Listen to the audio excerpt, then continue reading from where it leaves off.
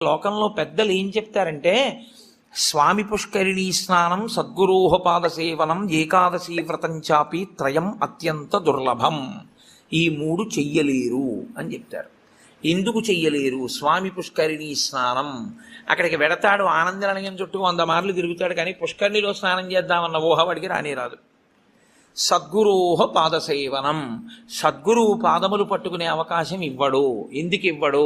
ఒక్కటే కారణం, నాకు అసలు కాళ్ళ నొప్పులే ఉండవంటాడు. ఆయన అసలు కాళ్ళు పట్టించుకోవడం ఆయన జన్మాంతరంలో ఆయన చేయడు. కాబట్టి అసలు గురువుగారి కాళ్ళు బట్టి అదృష్టం నీకు ఎప్పుడు వస్తుంది? నువ్వు ఆయన కాళ్ళు నిప్పెడితే కదా నువ్వు వెళ్ళి పట్టుకోవడానికి. కాబట్టి ఆయన కాళ్ళు పట్టుకునే అదృష్టం ఉండదు. సద్గురోహ పాదసేవనం ఏకాదశి వ్రతం చాపి, ఏకాదశి వ్రతము చెయ్యలేడు. ఎందుకు చెయ్యలేడో తెలుసా అండి? మీరు అంగీకరించినా అంగీకరించకపోయినా శాస్త్రీయ